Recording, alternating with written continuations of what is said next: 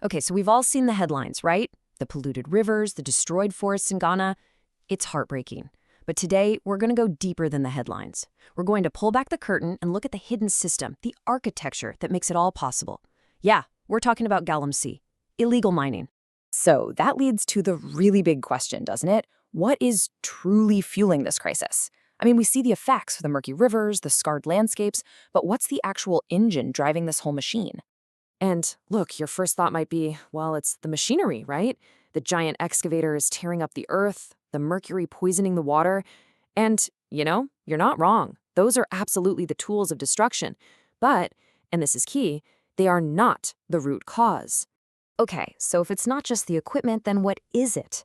The real problem, the heart of the matter, isn't what you can see on the surface. The root cause is buried way deeper. It's hidden in this complex, overlapping, and frankly confusing world of land deeds and governance. And to really get our heads around this, we have to start at square one, with the most basic question you can ask. Who actually owns the land in Ghana? Who's in control? Well, the answer is not simple. It's what's called a dual land system. Think of it like two sets of rule books operating at the same time. In one corner, you've got traditional authorities, the chiefs, who operate under customary law. And in the other corner, you have the modern state, with its own official statutory laws. And here's the kicker. Get this. A whopping 80% of all land in Ghana is under customary ownership. Just let that sink in for a second. 80%. That means traditional leaders, the chiefs, are the main gatekeepers for almost the entire country. And this is the absolute crucial point. Whenever you have two systems of authority overlapping like this, you get ambiguity, you get gray areas. And Galamsey, illegal mining, it doesn't just survive in this confusion. No, it thrives in it. It's the perfect environment.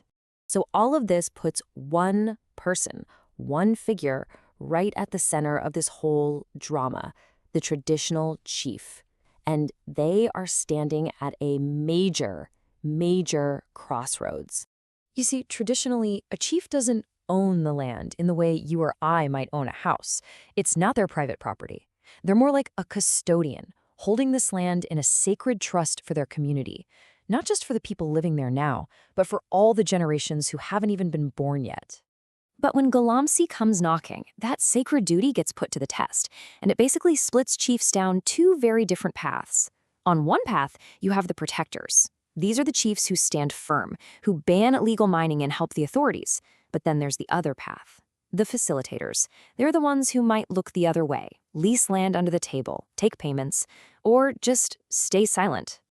And this situation forces a really tough, deeply uncomfortable question that comes right from our source material.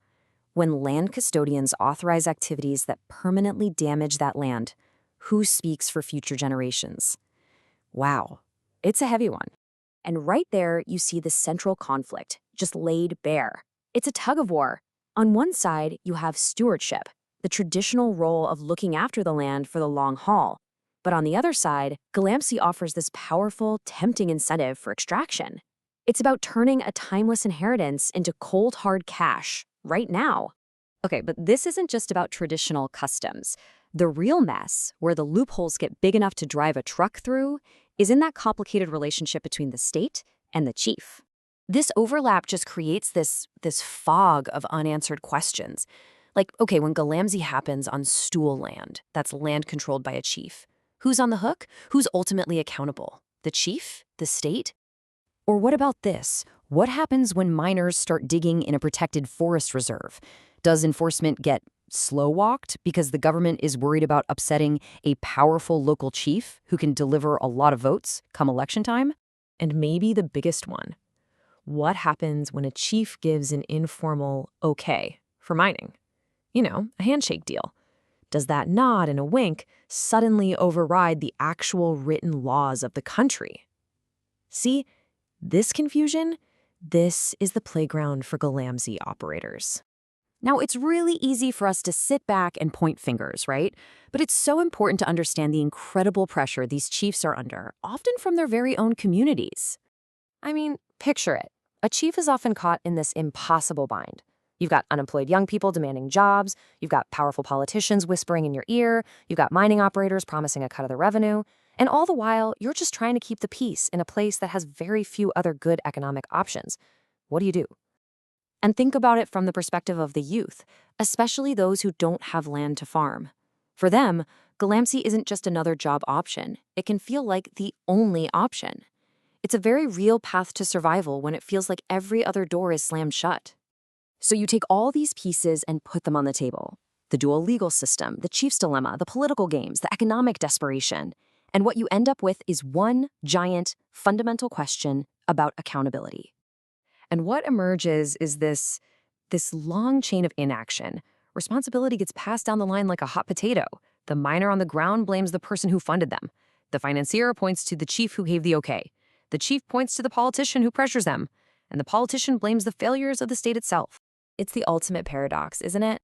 When everyone is a little bit responsible, it means no one is truly responsible. The accountability just dissolves into thin air. And make no mistake, the stakes here are incredibly high. There's a quote from the source material that really hits this home. It says, "Long after political administrations change, land remains, or fails to remain. History will not remember administrative technicalities. It will remember outcomes." Chilling, right?